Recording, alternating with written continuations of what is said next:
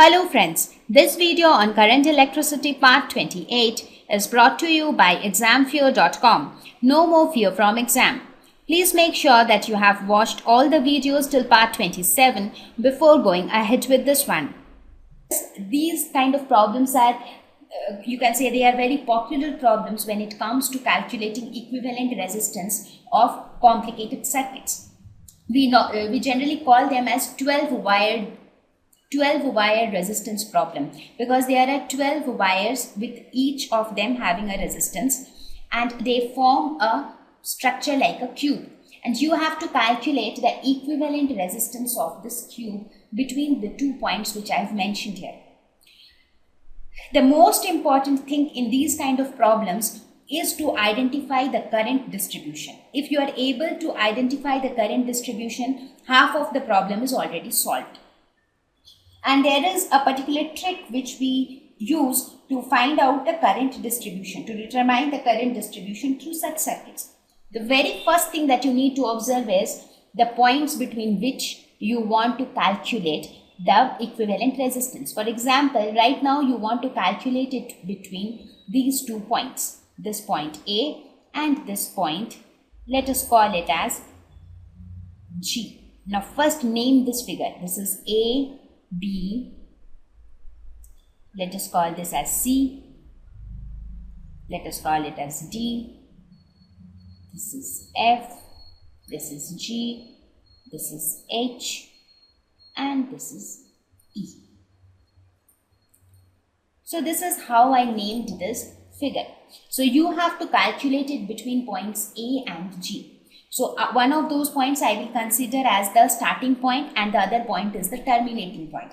So let us say some current I enters from this point A. Now as soon as it enters here, there are 3 paths which it can take, right? So how much current will flow through each of the paths, that will depend on how far is this point from the destination. So my destination is this. Now if it goes by this path, it will, how many arms it will cross? 1, 2, 3. It will cross 3 resistances. If it goes through this path, how many resistances will it cross? 1, 2, 3.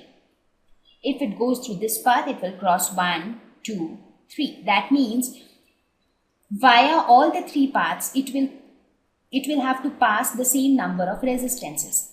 Since it has to cross the same number of resistances and the value of each of the resistance is the same, therefore, we say that this I will get divided equally in the 3 paths. So here it will be I by 3. From this path will go I by 3 and from this path will be I by 3. So it gets divided equally. Now this I by 3 reaches this point, this I by 3 reaches this point, and this I by 3 reaches this point. So now here again it has got 2 paths. So how much current should flow through each of the path? So here also you apply the same rule. If it goes through this path, it has to cross 1, 2 resistors.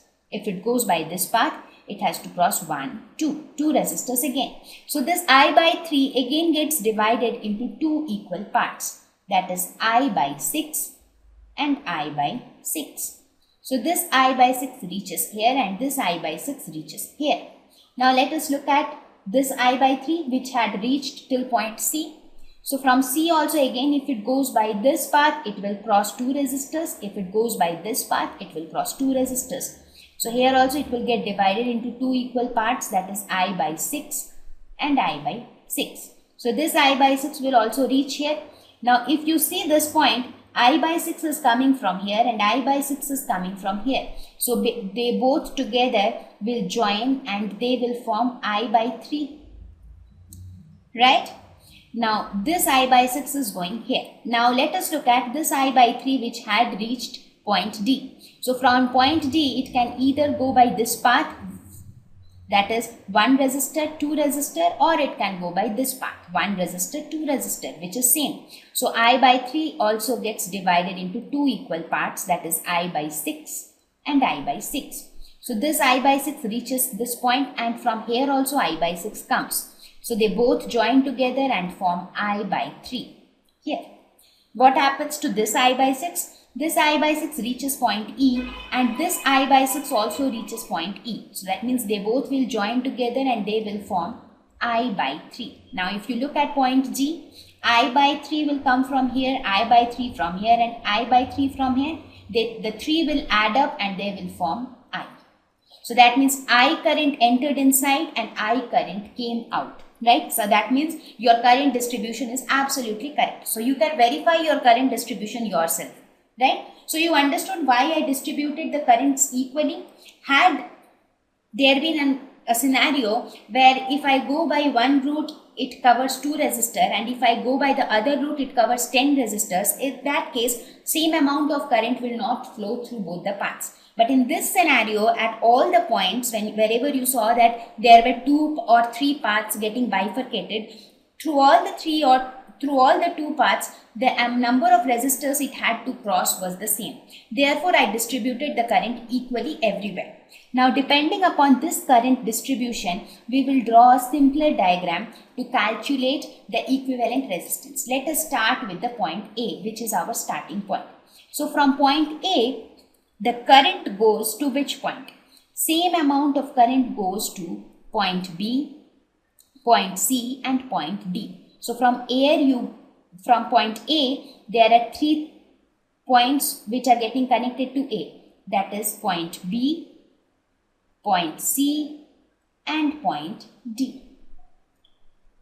So this point resembles these 3 points because these 3 points are at the same potential, because for these 3 points, your starting point is the same and your ending point also goes to the same point. If you look at it, this point C and point B will meet at H. Similarly, point C and point D will again meet at F.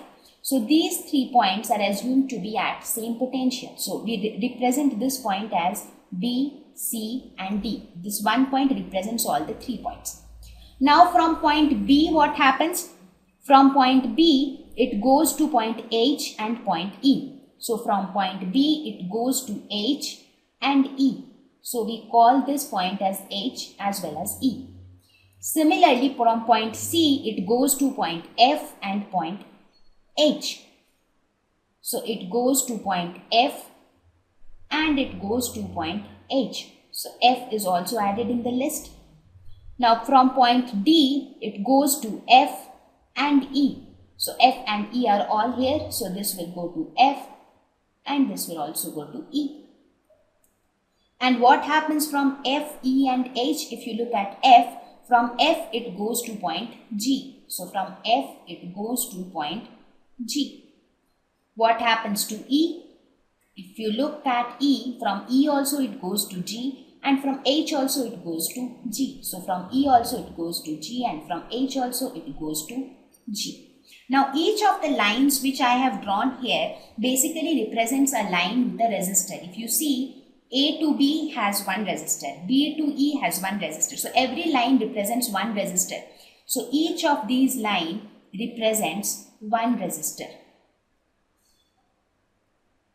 So now do you think it is easier for you to calculate the equivalent resistance? Yes, of course, because now these 3 resistors are in parallel.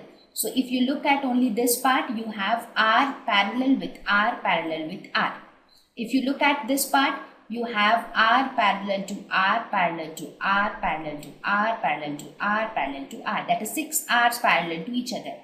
If you look at this part, again you have R parallel to R parallel to R. So let us represent the equivalent resistance of this part as R1, equivalent resistance of this part as R2, and equivalent resistance of this part as R3. Then what will be your total equivalent resistance? That will be series combination of these 3. Now let us first calculate these values. So what is R1?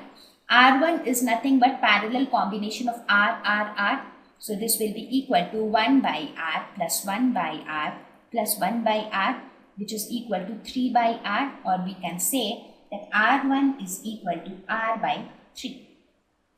Let us now calculate R by 2. So 1 by R2 will be equal to 1 by R plus 1 by R plus 1 by R plus 1 by R plus 1 by R plus 1 by R, that is equal to 6 by R. So we can say that R2 is equal to R by 6. Now we calculate the third one, that is R3. So 1 by R3 is equal to 1 by R plus 1 by R plus 1 by R, that is 3 by R, or we can say that R3 is equal to R by 3. So now we can draw this diagram like this. R1, R2, R3 in series between the points A and G. R1, R2, R3. Therefore, the equivalent resistance of the circuit will be equal to R1 plus R2 plus R3. So R1 is R by 3, R2 is R by 6, and R3 is R by 3. So this comes out to be 5R by 6. So this is the equivalent resistance of this circuit. So is it clear to you now?